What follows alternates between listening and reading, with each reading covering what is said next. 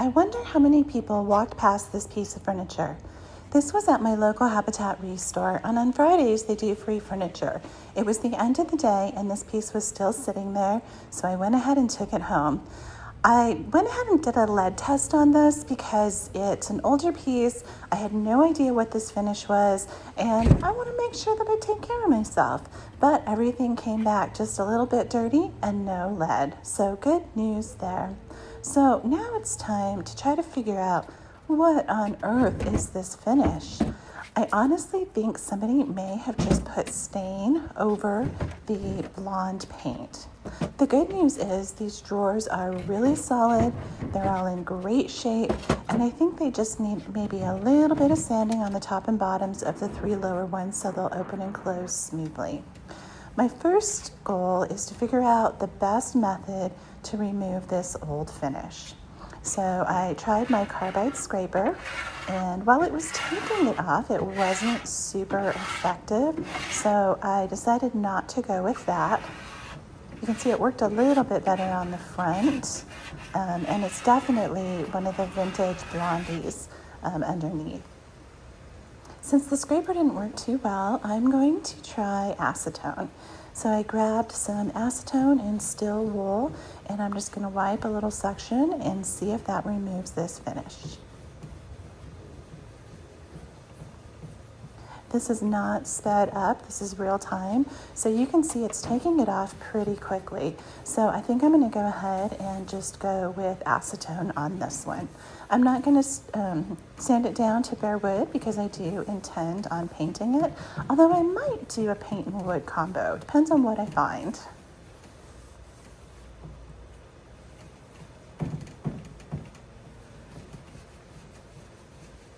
Now this is one way that you can use acetone. You can dip steel wool in a small container and then rub it on.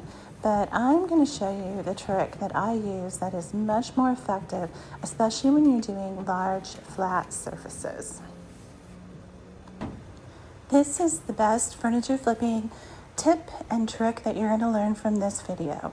If you're ever using acetone to remove a top coat or to clean a piece, instead of pouring it directly onto the furniture, pour it onto a paper towel first. Let the paper towel sit there. This does a couple things. It helps slow down evaporation so that the product lasts a little bit longer, and it ensures that the acetone remains in contact with the surface evenly.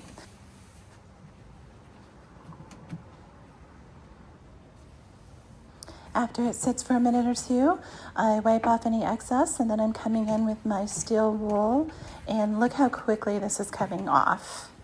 Look at the difference. It just wipes away. In fact, you don't even have to use steel wool. On a surface like this, you could just use that same paper towel that was soaked in acetone, a little elbow grease, and wipe it away.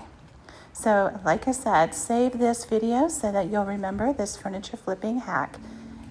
It is such a time saver when I'm trying to remove something that comes off very easily with acetone. And I really do think that somebody took like maybe some type of a varnish, I don't know if it's a gel stain, and they just brushed it on over the old finish without sanding or doing anything to it. And that's probably why it didn't look that great and it was coming off in places. So we're going to go ahead and use this same technique over the top and the sides of the dresser and then move on to the drawers.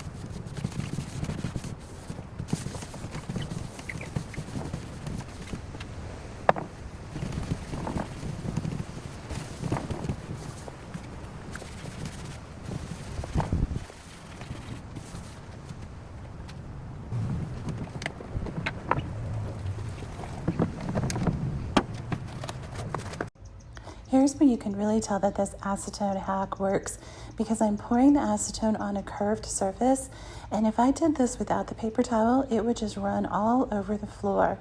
But this ensures that it remains in contact with the finish that I'm trying to strip.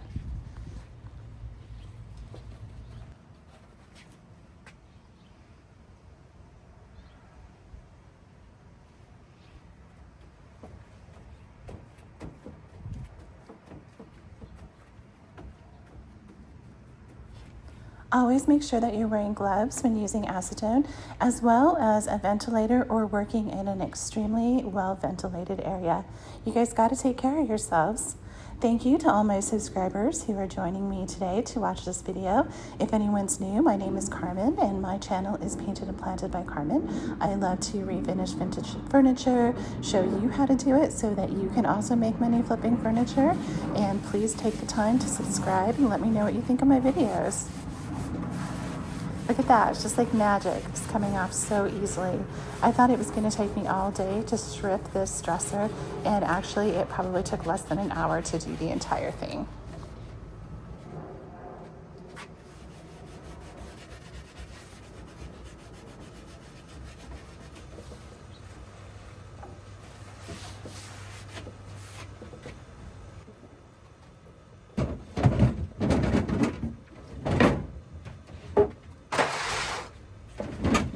I am going to have to work on these drawers just a little bit.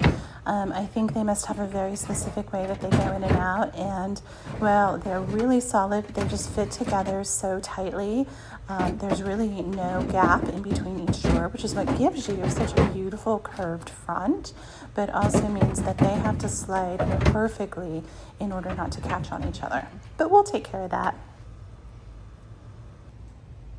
So here's what it looks like after day one.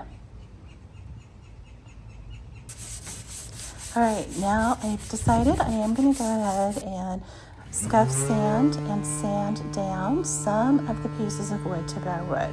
What I'm thinking is I'm going to do the top, this middle piece, and the base, natural wood, and then I'm going to paint the remainder of the dresser a deep, rich black. I love black on mid-century modern furniture. I think it's just the perfect color, especially when it has wood accents.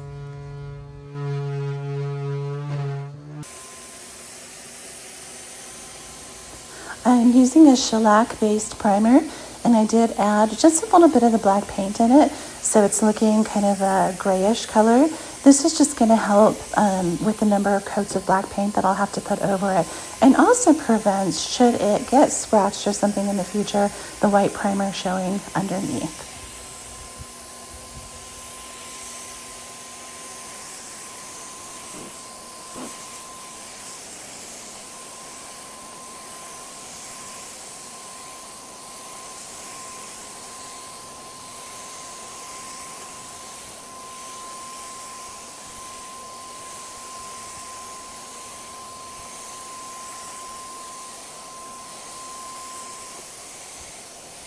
Oops, I just noticed that my protective eyewear are on my head instead of my eyeballs.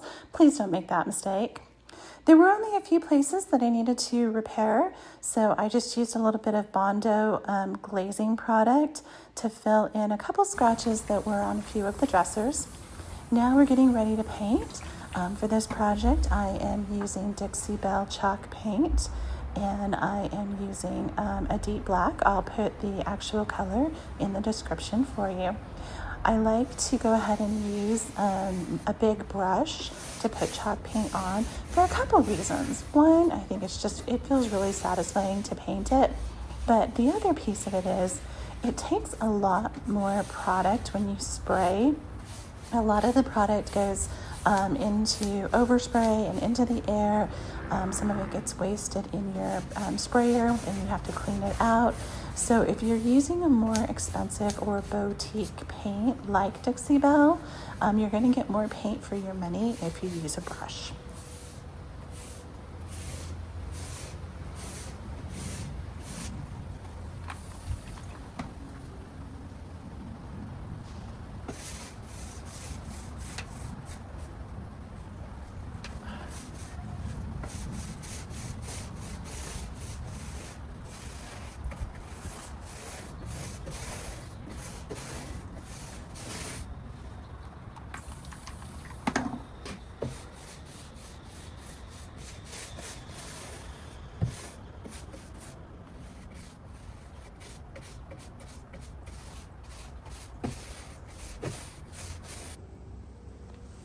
I applied a total of 3 coats of paint, letting it dry real well in between each coat of paint.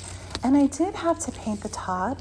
When I started to sand it down, it wasn't looking very pretty, but I was able to save this little bit of wood trim around the sides of the top. So here we're removing the tape. You can see a little bit of paint got under some of the edges, but that can be easily removed with just a sanding block. Now I'm going to go ahead and apply a stain. I want to do kind of a rich stain. I don't mind that it has a little bit of a reddish tone. I think that suits this type of piece, so I have no problem using a deep, rich color.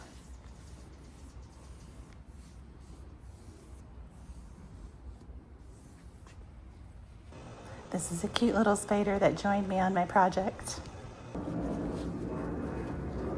I also used some acetone just to wipe the finish off of the hardware. It was the same product that had been put over the entire dresser. I do live under an air pattern, so in the background you often hear airplanes in my videos. I'm sorry about that. There's nothing I can do to prevent it. Now I'm putting on a protective coat of polyurethane. I'm using one in a matte finish, and getting a streak-free finish is easier with a sprayer than it is with a brush. Okay, now it's time to add some cute paper to line the drawers. I picked this little black and white kind of fanned pattern. And even though I don't paint the back of my pieces, I have been accused by viewers before of being lazy because I don't do this. And I don't do it for a couple of reasons. One, most of the time they're up against a wall. 2, it uses product, but I am just painting this top piece. It kind of finishes out the top of the dresser, and I think it does make it look cleaner. All right, everybody, so here's the free dresser from Habitat Restore, and here's what it looks like now. What do you think? Was it worth the price tag? Actually, I would have paid $40 for this one if I had seen it that day and it wasn't free. I think it's beautiful. I hope you liked the way that it turned out. Let me know what you think in the comments. Please subscribe and follow along for more of my furniture makeovers. This has been Carmen with Painted and Planted by Carmen.